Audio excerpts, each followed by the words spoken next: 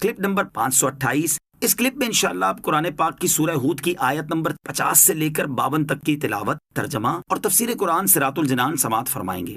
بسم اللہ الرحمن الرحیم۔ ترجمہ، اللہ کے نام سے شروع جو نہایت مہربان رحمت والا ہے۔ وَإِلَىٰ عَادٍ أَخَاهُمْ هُودًا قَالَ يَا قَوْمِ اعْبُدُوا اللَّهَ مَا لَكُم مِّنْ إِلَٰهٍ غَيْرُهُ إِنْ أَنتُمْ إِلَّا مُفْتَرُونَ۔ ترجمہ، اور عاد کی طرف ان کے ہم قوم ہود کو بھیجا، فرمایا اے میری قوم، اللہ کی عبادت کرو، اس کے سوا تمہارا کوئی معبود نہیں، تم تو صرف بہتان لگانے والے ہو۔ وَإِلَىٰ عَادٍ أَخَاهُمْ هُودًا، اور عاد کی طرف ان کے ہم قوم ہود کو بھیجا۔ اس صورت میں بیان کیے گئے واقعات میں سے یہ دوسرا واقعہ ہے۔ اس آیت میں اللہ تعالیٰ نے حضرت ہود علیہ السلام کو قوم عاد کا بھائی فرمایا۔ اس سے مراد دینی بھائی نہیں بلکہ نسب کے اعتبار سے بھائی ہونا مراد ہے، کیونکہ حضرت ہود علیہ السلام کا تعلق قبیلہ عاد سے تھا۔ یہ عرب کا قبیلہ تھا اور یمن کے قریب ان کی رہائش تھی۔ قال، فرمایا، حضرت ہود علیہ السلام نے اپنی قوم سے فرمایا کہ اے میری قوم، تم اللہ تعالیٰ کی وحدانیت کا اقرار کرو اور عبادت کرنے میں کسی کو اس کا شریک نہ ٹھہراؤ۔ تمہارا معبود اللہ تعالیٰ ہی ہے۔ یہ بت جن کی تم پوجا کر رہے ہو تمہارے معبود ہرگز نہیں، کیونکہ یہ تو پتھر کے ہیں اور کوئی نفع نقصان نہیں پہنچا سکتے۔ تمہارا یہ دعویٰ جھوٹا ہے کہ اللہ عز و جل کے شریک ہیں اور تم ان شریکوں کی عبادت کرتے ہو۔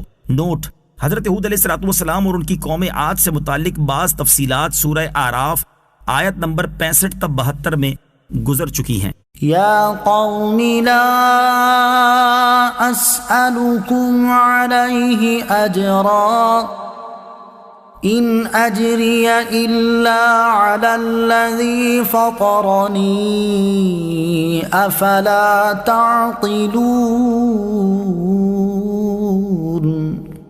ترجمہ، اے میری قوم، میں اس پر تم سے کوئی اجرت نہیں مانگتا، میرا اجر تو اسی کے ذمے ہے جس نے مجھے پیدا کیا، تو کیا تمہیں عقل نہیں؟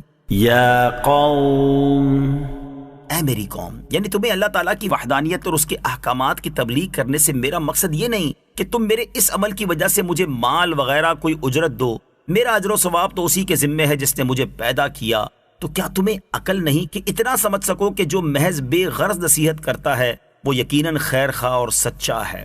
تبلیغ کے کام کسی لالچ کے بغیر کیے جائیں۔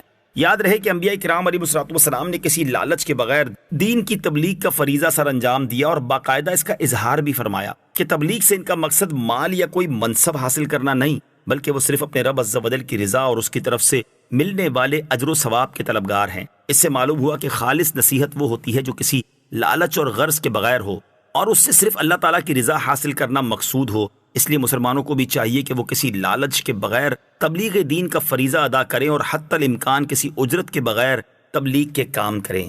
وَيَا قَوْمِ اسْتَغْفِرُوا رَبَّكُمْ ثُمَّ تُوبُوا إِلَيْهِ يُرْسِلِ السَّمَاءَ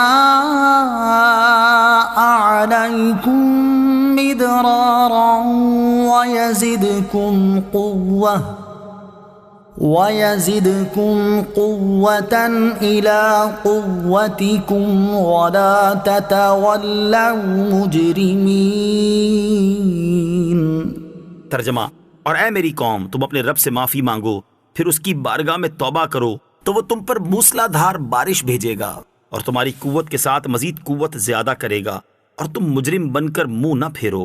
وَيَا قَوْمِ، اور اے میری قوم، جب قوم عاد نے حضرت ہود علیہ السلام کی دعوت قبول نہ کی تو اللہ تعالیٰ نے ان کے کفر کے سبب 3 سال تک بارش موقوف کر دی اور نہایت شدید قحط نمودار ہوا اور ان کی عورتوں کو بانجھ کر دیا۔ جب یہ لوگ بہت پریشان ہوئے تو حضرت ہود علیہ السلام نے وعدہ فرمایا کہ اگر وہ اللہ تعالیٰ پر ایمان لائیں اور اس کے رسول کی تصدیق کریں اور اس کے حضور توبہ و استغفار کریں تو اللہ تعالیٰ بارش بھیجے گا اور ان کی زمینوں کو سرسبز و شاداب کر کے تازہ زندگی عطا فرمائے گا اور قوت و اولاد دے گا۔ استغفار کی برکت۔ حضرت امام حسن رضی اللہ تعالیٰ عنہ ایک مرتبہ حضرت امیر معاویہ رضی اللہ تعالیٰ عنہ کے پاس تشریف لے گئے تو آپ رضی اللہ تعالیٰ عنہ سے حضرت امیر معاویہ کے ایک ملازم نے کہا کہ میں مالدار آدمی ہوں مگر میرے ہاں کوئی اولاد نہیں، مجھے کوئی ایسی چیز بتائیے جس سے اللہ عز و جل مجھے اولاد دے۔ آپ رضی اللہ تعالیٰ عنہ نے فرمایا استغفار پڑھا کرو۔ تو اس نے استغفار کی یہاں تک کثرت کی کہ روزانہ 700 مرتبہ استغفار پڑھنے لگا۔ اس کی برکت سے اس شخص کے 10 بیٹے ہوئے۔ جب یہ بات حضرت امیر معاویہ رضی اللہ تعالیٰ عنہ کو معلوم ہوئی تو انہوں نے اس شخص سے فرمایا کہ تو نے حضرت امام حسن سے یہ کیوں نہ دریافت کیا کہ یہ عمل آپ رضی اللہ تعالیٰ عنہ نے کہاں سے فرمایا؟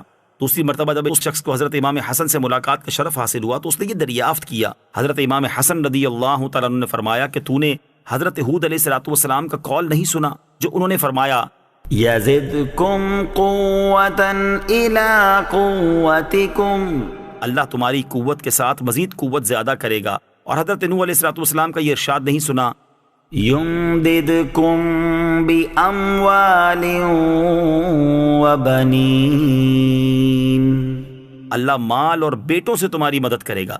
یعنی کثرت رزق اور حصول اولاد کے لیے استغفار کا بکثرت پڑھنا قرآنی عمل ہے۔